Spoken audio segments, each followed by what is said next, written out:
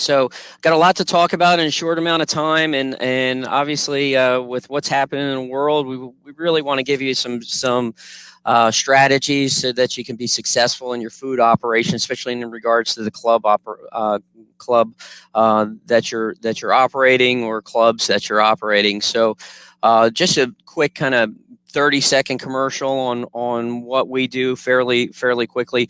We operate and manage clubs, and specifically we also operate hospitality venues, standalone restaurants, and bars associated with it. So we have lots of experience that's there in the hospitality world. And one of the things that we're really going to zero in on is what we're doing at several of our places that are out there trying to fight the fight and going against all the regulations and the bylaws that are out there, especially with COVID that's happening right now. So our agenda really to kind of give you a fresh look on what's happening in the world of food and beverage. What are the trends in bars? You know, what's coming out of your kitchen? How are you adapting to COVID? What's your sales process look like, and how that sales process is really integral in the club environment? And then to a certain degree, what are you trying to drive? What type of wedding business? If you're in the wedding business, how are you going about doing that? And then really taking a deep dive on the back end of certain things in regards to like your kitchen design. Really, the functionality of your kitchen is integral part of how successful you are going forward. And then your menu design, costing, pricing, training your staff. And then ultimately, you have to put it on a P&L statement. So that's really fairly important. So these are all the things that we're going to be discussing today. And hopefully, when I always come to an event like this, I always try to say, what's a kind of a nugget or two that I can take, and I can take back to where I am, back to the company, and be able to enlighten the people that are around. So kind of quick on things. Hospitality really is a fairly large player within the actual GDP. About 4% represents roughly about 4% of the Americans' GDP.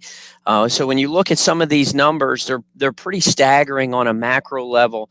There's this year alone, there's going to be an estimated $240 billion loss in the restaurant industry. That is a tough pill to swallow. And with that, there's roughly about 16 million hospitality, just restaurant associates, restaurant employees that are out there. About 8% of the entire workforce in the United States is attached to a restaurant. And then restaurant owners that are out there that are really trying to make it like several of our standalone restaurants. We know that 2020 is going to be a fairly challenging year as far as being profitable. But on the flip side of it, there's the opportunity to pivot and maybe do things a little bit differently that you're not doing right now to be able to generate that profit. And we have several places that we're really grateful for, in the sense that we are generating a profit in June, July, August, all the way into September right now. That's out there. Unfortunately, they say. Who's they? They say on the macro side of things that 1 in 6 restaurants are going to be going out of business here they're predicting here in the last fourth quarter of the year and going into the first quarter of the year as well. So I think this is a very interesting graph that's out there. Prior to COVID, you can see where the restaurant industry, where they've kind of surveyed. This is through Opentable. Bloomberg did a really good article on this, and through Opentable. And this Opentable is a point of sale system that you can use. Opentable is also a reservation system that you can use for your clubs. It's also a way in which you can garnish reviews, and we'll talk a little bit about that going forward. But they're saying that through Opentable, that restaurants are really right around 60% about the revenue that they have generated. And that is a big pill to swallow, because many of the states have, depending upon your stages where you are, whether you're in phase 2, phase 3. Like today, I'm up here in Massachusetts, and Massachusetts is under phase 2. So phase 2 has, a certain amount of, what's the capacity that you're able to have in your restaurants. And so now, ironically, we're very close to the border of New Hampshire, and New Hampshire's in phase 3, so completely different. So that's going to vary on from state to state. But, really as the operator, you really want to make sure that you understand those guidelines and where your club is standing there. So food and beverage, I think the one big thing about food and beverage and hospitality that's at a club is not everyone plays golf, not everyone plays pickleball, not everyone plays tennis, not everyone, enjoys the pool. But there is one common theme that brings everybody together, and that's your food and beverage operation, and everyone does eat at your club, and you have to look at it as, is it an asset, or is it a liability for your club functionality of it? And it is the kind of the common language that brings everybody together. That's kind of refreshing in today's society, that it's not so divided, and you got to make sure that your food, that you're embracing that aspect of the club, because it really does. It's very personable. It's very personal, and it really brings so many unique groups together to be able to socialize. And the more times that you can get them to socialize at your property, the better. The less often that they're going to take a pencil and actually, calculate, well, how many rounds did I play in June? Well, I played 15 rounds in June. Well, then my average cost per round was X. The more that you can get the social ability aspect of your club increasing, and food and unfortunately alcohol play a major part of that. That's something that what they'll do is they'll be less apt to put a pencil on it. So the neat thing about food that I think is really fascinating, not only is it so different across the United States and in different areas, obviously there's trends that are out there, but when you look at these trends, they're forever changing. And so you look at the trends that are kind of really moving up in the right, and really kind of having this hockey stick moment that's right there in food. One, obviously, you look right at the top, it's the eco-friendly packaging, and there's so many different ways in which you can go about doing your packaging. Packaging is becoming such a big item, because you're probably seeing your kitchen supplies line item go through the roof. Hopefully you're seeing it go through the roof with the amount of takeout and curbside that you're doing. The second thing on that packaging, making sure that you're doing it the right way in regards to the food that you're actually putting into that packaging. There's a variety of different ways, variety of different packages that are out there, whether it's composite packages. You can go very old school, and it's the lowest cost denominator that's out there. It's the old paper bag. Make sure you got your logo that's on it. There's aluminum containers that you can still be recycled. They say 77% of all aluminum containers that are out there, the where you see them with the pasta, 77% of those containers come back through recycling. And by doing that, they're actually recycled back into aluminum containers, which is kind of interesting that's there. So really look at the variety of different packaging options that are out there, that are available. You can go to Green Restaurant or Good Star Packaging. Those are two good companies that we use to be able to make sure that and people, what we've found is customers are willing to pay a little bit more. They say about 66% of all customers will pay a little bit more in the product if they know that their packaging that's coming back is eco-friendly. So that's kind of an interesting stat that's there. Now, the next several items that are on here, do you want to kind of just talk a little bit about plant-based proteins? If you don't have it on your menu, you need to. It is really escalating fairly quickly. You look at some of the trends that are out there, and whether it's Dr. Oz, who has really made it very prevalent out into the mainstream media, but plant plant-based protein is something that you really have to take a very, very hard look on it. And it's just not tofu, but there's a variety of new tofus that are out there that are actually fairly flavorful once you flavor them, because they take the flavor of any of the saute that goes along with it. But there's different ways in which you can do it. And so really have your chef, your food and beverage director, to take a hard look of it. There is a section, a quadrant of your membership that is going to become more and more, they're going to become more and more involved or ask for this more often. Healthy bowls are really all the rage that are out there. I mean, and then it's, Chipotle has it down to a science where you just work your way right down the line, and you scoop some of the meat, scoop some of the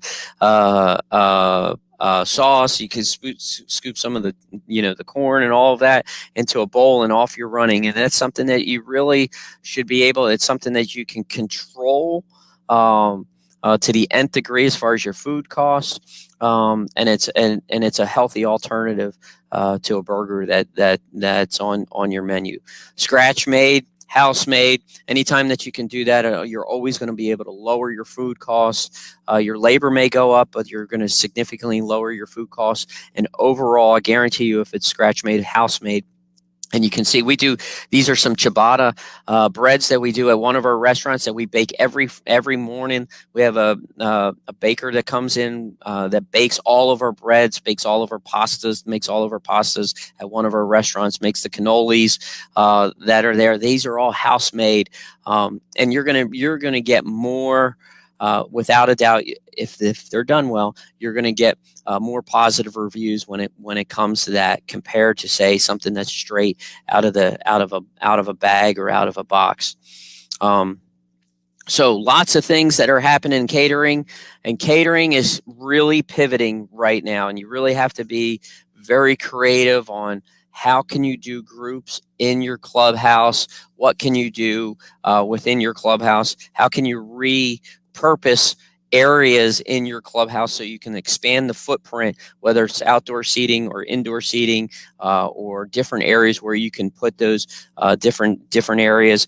One of the things in catering, as far as variety of different creativity aspects in catering, is, let's say, coffee bars. Forget the lukewarm coffee on the table in the corner with the tiny creamers and the sugar packets. There's so many different ways you can partner with a local coffee store to if you wanted to outsource that, to make it really creative for your club. There's nitro brews, there's regular brews, cold brews, non-dairy milks, meaning almond milks, and a variety of different lactate intolerant milks that are out there. So these are some things. Food trucks, we've seen a really ramp up on food trucks. You could do food trucks out onto the golf course, which is completely different for some different catering ideas, going local, and then actually really trying to take your catering and make small stations, really going almost to a tapas catering, where there's very small stations. The day and age where you have that long buffet, we're starting to see that trend to move out. Specialty burger blends that are out there. So it's just not a normal burger. We've seen elk burger, bison burger, any kind of specialty burger blends that are out there, really mixing up the 80-20, whether it's 90-10, 85-15. There's a variety of different ways that you can do burger blends that are very creative. We're seeing that on menus. Wagyu beef burgers, people, customers and members they're willing to pay for that higher blended burger that are out there. So I did kind of just skip over the revamped classic cocktails we'll talk about in the bar business, but stress relievers, you're actually starting to see a fair amount of these ingredients make their way into a menu because of the stress relief factor that's part of the actual the byproducts of actually consuming some of these, whether it's eating dark chocolate or avocados or walnuts. They're starting to see that being introduced into menus across the United States that are out there. When we say specialty burger blends, the cow is a full animal and the pig is a full animal. Many times you only see maybe one or two cuts on a club's menu, whether it's a filet, a ribeye. Those are pretty much the two standard cuts that you're going to see on most clubs across America. Their menu, but boy, you're missing so much good opportunity that's out there in being able to use the variety of the full cow. You're using the variety of the full pig that's out there, and when you look you start to drill down into the variety of different cuts and how you can prepare those different cuts, whether it's using the round or the chuck or using pork butts or pork shoulders. There's so many different ways in which you can cook them that can actually increase your profitability, because the fillet is without a doubt, it's the most expensive component of the cow. And then you start to move into some of these other cuts where your margin, you're going to have so much more margin, and you're not going to catch so much price resistance when it comes to that, and you're going to see a lot of that really flow down to the bottom line. So at some of our restaurants, we go local. We actually one of our chefs, he goes out to the pig farm and literally he will pick the pig, and fortunately that's the pig that we're going to work with, and he'll go and we'll butcher the pig itself, and then we'll bring that in house, and then we'll work with that. We'll work with several local beef farms that are out there, and honestly, that's the best way to be able to get some of your fresh beef. But some of your major providers, say like the Cisco's, the U.S. Foods of the world, the performance food groups that are out there, do a wonderful job in being able to control their distribution and control what they're going to be able to ship to you as well. So really think outside the box as far as using the entire animal, because there's the farther that you move away from the center, the more profit, fortunately, that you have the chance to make. All right, trends in bars. We, without a doubt, if you do not have your revamped classic cocktails on your cocktail list, you are missing out. It is like all the rage right now. Your Moscow Mules, your mint juleps, your old fashions are just, without a doubt, just ramping straight up between all of the bourbon and the whiskey flights and the rye flights that are out there. That, without a doubt, is such a big thing that's happening within bars. Even though they can't belly up to the bar, we're serving all of these cocktails out and around the clubs, as well as out and around on the verandas and the outdoor seating area. You're seeing such a big component of that. Local craft breweries are just completely, you're seeing that. Hopefully you're seeing that at your club. Mocktail, zero proof drinks with the younger generation.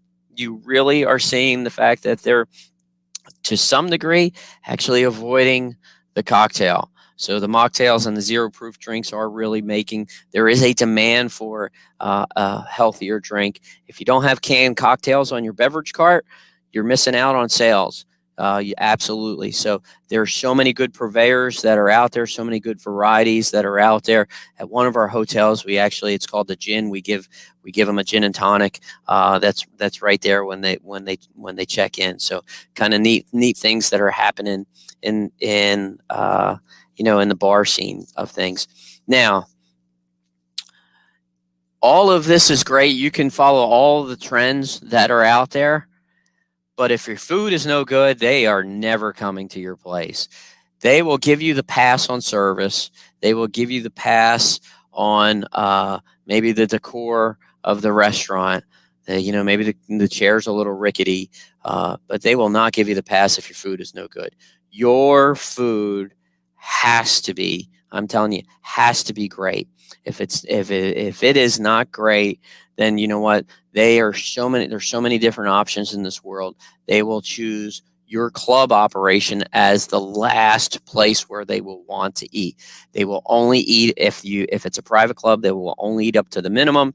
They'll never extend past that. It absolutely has to be good. And this is, for example, this is one of the picture up there is a Basil Hayden glaze over a pork chop, grilled pork chop that we have at one of our places. It's to die for. We make these cheesecakes.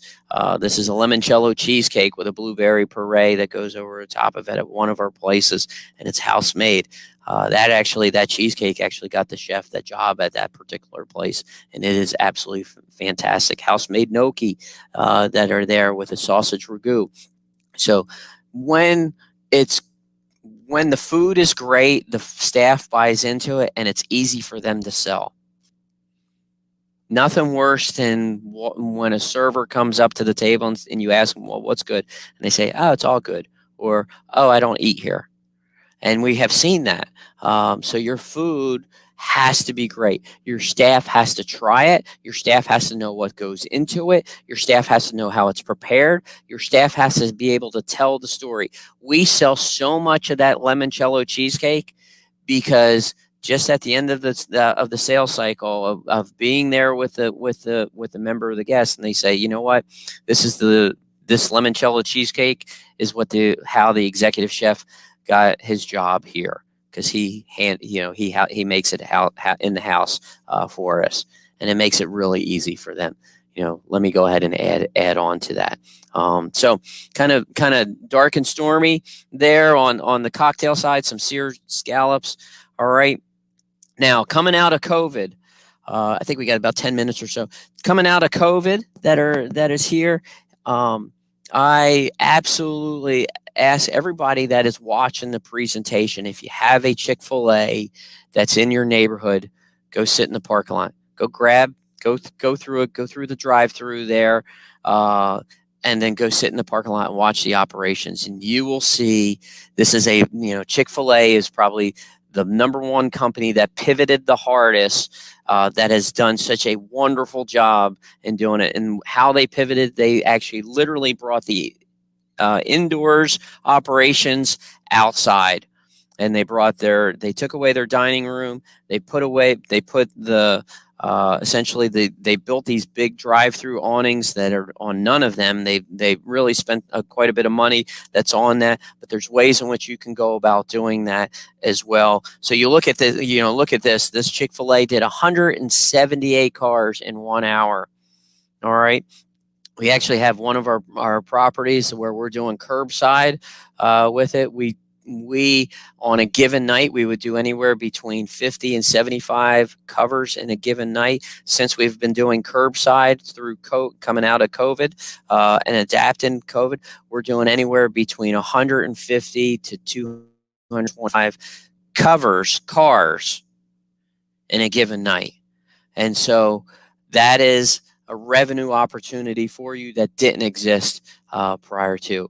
And so you have to look at it that way. Now, for all of that good, we're losing all of the group business because of everything that's happening. So really, I really implore you to go to a ChickFilA, watch the logistics, learn from the logistics, and you'll see how they do it, and how you may be able to pull some of what they're doing on a day, on a lunch, and how can you adapt that to your club that's there. It is pretty darn impressive how they have changed their operations. All right, so wedding business. We're going into the groups and groups and events. The thing that we have unequivocally decided when it comes to operating a club in regards to the wedding business, you're either in or you're out. Simple as that. You are either going to commit to doing weddings or you are not going to do them, because that we find it's a moral obligation. Do not be the club that ruins somebody's special day, somebody's mother-in-law's special day, somebody's mother of the bride as well as the bride, and do not be that club that does that. When you're committing to doing weddings, jump all in. Have a sales manager that is selling it, and then have an execution team that can be able to execute, because you will live and die by the reviews that you receive. Reviews in the wedding business are the secret sauce of being able to grow your wedding business over time. It's not going to happen overnight. It's going to, if you're in and you're committed to it, give it a strong three-year time frame. And I'm telling you that clubs, I know all the rage are the barns and the wineries and things along those lines.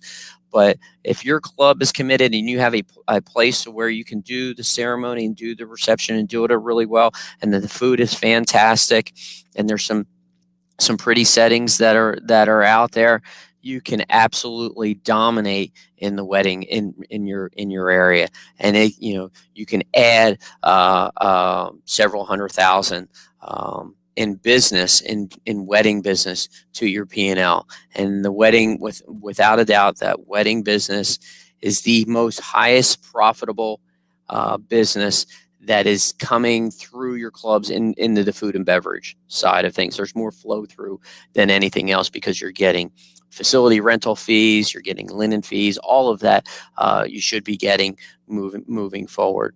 And be creative. That's called the tuxedo fold. That's actually one of our event coordinators did that, and then cute as a button, man. And that's where the guys are sitting at one, and then there's the wedding. We actually have a wedding dress fold that sits at the other, so it's boy girl. That's there. Reviews do matter. Your food has at the club. And I took out the names of these clubs for definitely for a reason. These are two really good clubs. These are two fabulous clubs that are well known nationally, and these are some of the reviews that are on there. And I got to tell you, everybody will get great reviews, and everybody will get lousy reviews. It's how you respond to those reviews. You got to answer them online. You can't make excuses for them. Accept the responsibility for them. If something was bad, it's bad. It really doesn't matter if you think it was good and they think it was bad. It was bad because the customer thinks it's bad. And really, again, back to the wedding side of things, we incentivize our staff to get 5-star reviews, and we absolutely believe in that. And we don't put any ceiling on the incentive as we continue to grow that particular club's business. So someone that's doing weddings and events for us can really do very, very well in regards to incentives. So those incentives are really important. Are important, but the reviews, the byproduct, the reviews of it, and the experience has to be good. So they can get good reviews that are there. Got a couple more minutes that are left here. When we say 5S, I can't tell you how many times that we walk into a kitchen and you see it is so inefficient going across. Take the time, pull in a plumber, set your gas line right on in the back there. Make sure that the kitchen is as efficient as possible. If your kitchen isn't efficient, what's going to show up? It's going to show up on your ticket times. It's going to show up on your quality. It's going to show up on your consistency in your food. If your kitchen is really inefficient when it comes to the way that it flows, from whether it's your grill station, your saute station, to your salads, to your grill, to your saute, all the way over to the dish pit. If it doesn't flow very well, shut down for 2 days, make it right. And because it'll be such a benefit to you into the long run. That 5S is a lean management term that we use at all of our places that are there. Menu design. If a chef sends to me, hands me, here's my menu, and he's handwritten it, and he tells me, he looks at it and he says, okay, chicken piccata, I'm going to price that out at 16. If we don't see the backup behind it, we're going to hand it right back to him, stick it into a recipe cost calculator, put where what's the desired cost of goods sold. You have to reverse engineer how your menu is going going to cost out. And when you reverse engineer, at the end of the month, you should never be shocked on your food costs. Okay, you just shouldn't, unless something major happened at your club where you lost electricity and you lost half of your walk-in cooler. That's there. You need to revert. All of this starts well behind really taking a look of all the primary, the secondary ingredients, how you're going to cook it, what does the dish look like, what's some of the prep notes, making sure that you're doing that all behind. And then that will help you with the consistency. The more consistent you are with your product that's coming out of the back, the better chance that you have to be profitable, and the better chance that you have to be able to deliver for your club. You're only as good as what you measure. And we measure ticket times. We measure the quality of the food. You're only as good as you're really your last meal. And it's very important that you have to be consistent with the quality as well as the service of the guests and the timely. Hot food has to be hot. Cold food has to be cold. Period. And it's got to be great. It's got to taste great. It's got to look great. And they can you got to make sure that this happens time and time again. We, without a doubt, believe in training our staff. We actually designed an online training portal. Because we invested a lot within our company to be able to do this, so that all of our staff that's out there is trained to our standards when it comes to the hospitality side of your food operation. And you have to do that. You have to write those standards. You got to set those expectations, and then you have to have your managers on the floor training your team, in the kitchen training the team, side by side, making sure that you're going through that, making sure that you're picking up all the nonverbals that are out there within your dining room or within your restaurant that's out there. I do want to just kind of briefly talk about right now where we are in the business of with the clubs. The clubs, you have such a great chance to change the behaviors of your memberships right now. When you can walk into an Applebee's and you can walk into a TGI Fridays or an Outback and you see 10, 15 patrons in a restaurant that normally you're going to see about 200 or so, they want to eat someplace, and your club is something familiar to them. They feel safe there. They should feel safe there. And you have to take advantage of that right now. And you have to do whatever it takes to make sure that their behaviors are coming. Make sure that the outdoor seating area is set up where you're socially distanced, and that you're really delivering on the food side, on the quality and the service side of things, and you're delivering bang for the buck for them, so that instead of them just spending up to X, it's X times something. The clubs have such an advantage right now because they are coming to your golf course. We're seeing rounds through the roof right now across America. They're coming to your golf course. You want to be able to hold them there with the food side of it. While you may have lost all of the functions and the events and all the different fun club activities that are out there, make sure that your a la carte restaurant is really cooking with gas. So in summary, I think I'm right on track here. In summary, leverage your food operation, take advantage of it, use the trends that are out there. If you haven't pivoted because of COVID, you got to, if curbside is not part of curbside and takeout is not part of your business model, you really need to consider how to go about doing it, kind of the ChickFilA part of it. I personally think it's always going to be about 20 to 30% of the a la carte business going in future. You have to use there's so many different online tools that are out there. Kind of a recommendation, go to Opentable. You can sign up to Opentable. You can use the app. I know Gallus Golf does a wonderful job with their apps. You can use Gallus Golf on that on the events. Really, just decide whether or not you're in or you're out with the weddings, and then try to make your operations as efficient as possible. And then ultimately, comes down to the teams. Your teams have to execute. So make sure that you're training, measuring their success going forward. Here's some, if you want to get a hold of me, this is our office numbers. Please feel free. If you have any questions, do not hesitate to drop me a line. We'd be happy to talk to anybody that's here.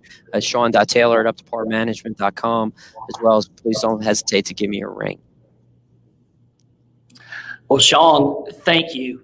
Great presentation. And I have to tell you, I'm really glad it was actually after lunch, or I'd have probably gone out. There you go. I would have probably gone out and bought a $150 hamburger after hearing this presentation. Now I'm really, really hungry. But we've got some good questions coming in, so why don't we get right to them? Yeah, absolutely. I know we're going to be able to take advantage of your knowledge later in the day with Bright Ideas discussion with Whitney. Mm-hmm. And so here's an interesting question. With event service staff labor a major expense, some clubs outsource their F&B service and or food and beverage to local caterers and simply do a revenue share. What are your thoughts on that? And we're talking about not necessarily high-end resorts or private clubs, kind of that single course operator, because it's so hard to manage those labor costs when you're not doing a major volume in that area. So there's you almost need to ask like several questions when you do that. Like, why are you not doing the volume? What is happening? Why are you not investing in that aspect of your club? And so when you look at that, we personally are not a big fan, because you lose as an operator. You lose if it's not good on the food side, you're still gonna struggle with it on the golf side of things, and then you're gonna have two competing interests that are going in there, and they're not always going to be in alignment. We will always rather see a club, just if it's a standalone club and they're doing it all, go ahead and make sure you hire a great chef or food and beverage director who has some great talent that's in the back, because that without a doubt is going to drive everything that's going to happen in the front. And then the second part of that is the fact that you get to price things the way that you want to price it. There's times in which you got to give a little bit up on the food side to make it on the golf side for a big outing or something like that, and you lose all that flexibility as an operator. We're not a big believer in doing that. We have seen that, and then ultimately we've seen it only last maybe a year or two, because that's the length of the contract. Excellent. So any suggestions on what a course can do that does not have a large space, a robust kind of facility like you were talking about, mm-hmm. Small snack bar? How can they grow some F&B revenue when they don't have a big kitchen or even a small kitchen? What can they do to? Yeah, you have to be really, you have to look at it creatively. So, it's funny you say that, because we have seen some of the clubs that have a very small kitchen or back of the house all of a sudden have a tent that's in their parking lot, and they're going about it that way. Or you have so much green space that's out there. Take advantage of that green space. If you think about it, a tent, a 20 by 40 tent, I think is going to run you roughly. The last time I looked, I think it was right around $4,000, and you can correct me if I'm wrong and go online and find that. But that $4,000 this day and age is, for right now, what's happening for the last 10 months of it is probably an outstanding investment for a club, because you'll be able to use it long term. That's there. If it's a very small kitchen, be who you are. Yeah, I think, don't overpromise and underdeliver. That's why we say, if you're in weddings, be in weddings. If you're not in weddings, be who you are. If you are a small snack bar, have the best snack bar food that you can have. Great over the top hot dogs. My gosh almighty, there's so many. You go to Connecticut. Connecticut's the hot dog capital of the world. There's more hot dog stands in Connecticut than any across the United States. Pull a menu from a Connecticut hot dog stand, and you'll see all the creativity that comes down with it. Chicago dog, buffalo sauce dog, and have the best snack bar that you possibly can. And what you're going to find is that people will spend more than the $7 average ticket price. They'll spend $11. They'll spend $12. That's in there. Be known for something, when it comes to that. Great. We've got time for about one more question. You mentioned this before, Yes. the COVID surcharge price. So just a little bit about that, how you made that decision and kind of how the customers, took to it, quite honestly. This is great. If you're not doing this, do it, because we have received zero flack because of it. The customer completely understands what the heck is going on. The food supply chain has been incredibly impacted right now. The price of beef is here, then it's down here. Price of chicken's here, and it's down here. And so what you're finding is that some of the larger purveyors are actually adding it onto your bill. If you haven't noticed, look at it. It's on there. Sometimes it's on there. And then I think the appetite for the end user is okay if you do it. We have done it at the majority of our places, and we have not received any negative impact that's on it, because you have to make up the difference of, if it is, let's say you are doing a lot on the to-go, there's a price to that. There's a price to all that packaging that's out there. It's not cheap. And if you put a couple of $2, $3, $4 COVID charge that's on there, they understand. Excellent. Well, I kind of fibbed you. We got one more question. This will be the final question. It just came in from Jenny Foster. What types of incentives do you offer your staff for the 5-star reviews? So they have to be mentioned by name. Okay, so our event coordinator has to be mentioned by name, and the event staff has to be mentioned by name. And then, so for example, we won Best of Wedding in DC, which is fabulous at one of our places, and it is a wonderful. This is a venue that we took from 600,000 in events to last year pre-COVID. We went to 1.3 million in weddings alone, just weddings. And so we have flown just a tremendous amount back to the, and we couldn't have done it without the team that we have that's there. So it's 100% on the 5-star reviews. They receive 5-star reviews. There's a level. They get to 10-star reviews. There's a level times. It's an exponent. They get to this past year. That past year we received 25. I believe it was 25 5-star reviews of the weddings that were there. And you know what? She did great. And you know what? We were happy to pay it. Happy to pay it. So, well, listen, thank you very much for being with us, and we'll see you again in about an hour, so a little bit less than that. And thanks, Sean and Taylor. Back to you.